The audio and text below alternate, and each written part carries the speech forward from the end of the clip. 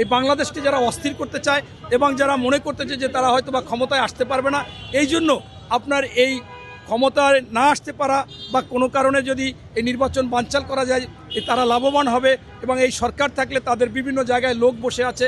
এই কারণগুলোতে বিএনপিকে বা যে সমস্ত দল ভালো অবস্থানে আছে তাদেরকে ভয় ভীতি দেওয়ার জন্য এই ষড়যন্ত্র এবং এই ষড়যন্ত্র পরিকল্পিতভাবে হচ্ছে।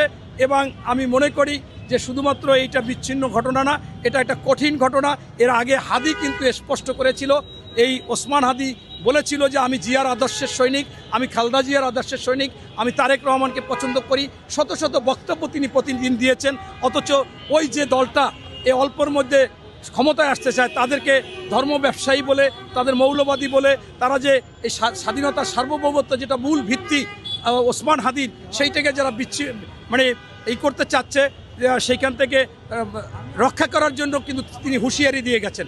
তাই আমি মনে করি যে যারা একেবারে মিথ্যাচার আজকে শাহবাগে তারা তাদের পক্ষে টানতে চায়, অথচ এই ওসমান হাদি বলছে মব সৃষ্টি করা যাবে না।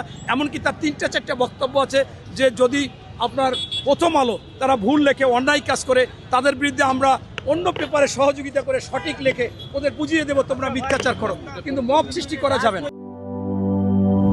জীবনের সাথে চলে high five all time healthy life. নিশ্চিন্তে খান স্বাস্থ্যকর অল টাইম পান। All time healthy life.